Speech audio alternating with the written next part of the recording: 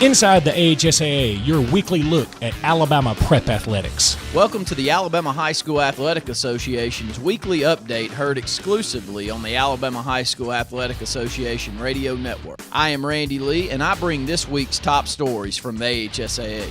The AHSAA volleyball regular season is rapidly drawing to a close with just 2 weeks left in the regular season. Area tournaments for classes 1A, 2A, 3A, and 7A are set for Monday, October 20th, and classes 4A, 5A, and 6A are set for Tuesday, October 21st. The winner and runner-up will advance to either Super Regional competition at Montgomery's Crampton Bowl Multiplex or Von Braun Center at Huntsville, October 23rd through 25th. The state volleyball tournament is set for Birmingham's Crossplex, October the 29th through 30th. In other AHSAA volleyball news, Providence Christian earned its 38th straight victory while winning the Providence Invitational Tournament last week. The Class 2A Eagles from Dothan lost the third match of the season to Class 7A Murphy and haven't dropped a match since. Class 2A Addison, 40-2, had its 36-match winning streak snapped by Class 4A Danville in the Danville Tournament of Champions semifinal round last week. Mountain Brook coach Haven O'Quinn picked up victory number 100 at the school during a tournament last week. The team celebrated by giving her cupcakes. We also wanted to congratulate Muscle Shoals veteran volleyball coach Brenda Mays, who was recently inducted into the Northeast Mississippi Community College Sports Hall of Fame. Mays played basketball and softball for the Tigers. This week, several county volleyball tournaments will be held over the weekend, including Lauderdale County, Marion County, Winston County, and Limestone County competition. When we come back, we'll tell you about some amazing achievements last week on the gridiron, as well as the Raycom AHSAA Thursday night TV game of the week. Hello, I'm Russell Building Supply. And I'm the big box store. Say, what you doing? I'm checking inventory in all of our departments. Well, you're Russell. I thought you only sold lumber to contractors. No. We have lots of home improvement items like nails, nuts and bolts, plumbing, electrical supplies, and the experts to give advice too. Okay. Paints and lawn and garden, windows, doors, and cabinets, all at our low price guarantee. Okay, I get it. I guess I was selling you a little short. Me? Short? Really? 9 locations serving Lake Martin and Central Alabama.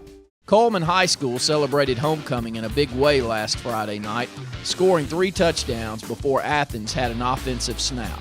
The Bearcats went on to win 28-7 in a key Class 6A Region 8 win and shared the AHSAA Prep Spotlight for Week 7 with a record-tying defensive performance by Brooks High School. Coach Mark Britton's Bearcats opened the game versus Athens with a 16-play, 83-yard scoring drive, which ate up 7:03 on the first quarter clock. Will Crenshaw ran in from the 2-yard line for the touchdown. On the ensuing kickoff, Michael Al-Dajali recovered an Athens fumble to set up Cullman's second score. Ross Crocker and Dawson Drake combined for a 21-yard touchdown pass following the fumble recovery to make it 14-0. On the next kickoff, Sam Caligaris recovered Athens' second fumble of the game to set up a 3-yard touchdown run by Crenshaw. The fourth touchdown came on the last play of the first half when Crocker connected with Owen Lavelle as time expired. Crocker, a sophomore, was 19 of 26 for 265 yards and 2 touchdowns, 21 and 45 yards. Seth Donaldson finished with 9 catches for 133 yards. The possession receiver had 6 snags for 123 yards at halftime. Brooks, coached by Jerry Hill, intercepted a state record-tying 8 passes in its 38-0 win over East Lawrence. The picks were spread among 5 players, with Brandon Atkinson, Colton Medley, and Andrew Rainey swiping 2 each. Matthew Rainey and Joe Gurley had 1 each. The performance tied the record set by Talladega County Central in its 25-14 win over White Plains in 1999. 4 schools have 7 in a contest, including Hewitt-Trussville versus Woodlawn in 2012, Brilliant versus Carbon Hill in 1992, Woodlawn versus Birmingham Phillips in 1990, and Midfield versus Pleasant Grove 29 years ago in 1985. The 2-team accomplishments edged out individual efforts turned in by Mortimer Jordan Jr. quarterback Duncan Hodges and Holly Pond sophomore quarterback Michael Lambert. Lambert completed 18 of 29 passes for a school record 429 yards and 4 touchdowns in a 35-27 loss at Winston County. His favorite target was Chris Richards, who hauled in 5 catches for 220 yards with touchdowns covering 80, 92, and 20 yards. Lambert also had a 37-yard touchdown. The sophomore's touchdown passes all came in the first half as Holly Pond built a 27-15 lead. Leading Winston County's comeback were Andrew Brown and Peyton Taylor. Brown had 239 yards rushing and 3 touchdowns on 23 carries, while Taylor was 14 of 20 passing for 212 yards and a touchdown. Hodges completed 21 of 24 passes for 427 yards and 6 touchdowns, and also rushed for 68 yards on 10 carries for 495 total yards, as the Blue Devils, 6-0, remained unbeaten with a 61-21 win over Alexandria. This week, one of the top games in the state will be at Irondale, where Clay-Chalkville, 6-0, visits Shades Valley, 6-0, in a battle of unbeaten Jeffco rivals. Finally, Charles Henderson, 4-2, travels to Eufaula Thursday night in the 7th installment of the Raycom AHSAA Thursday game of the week.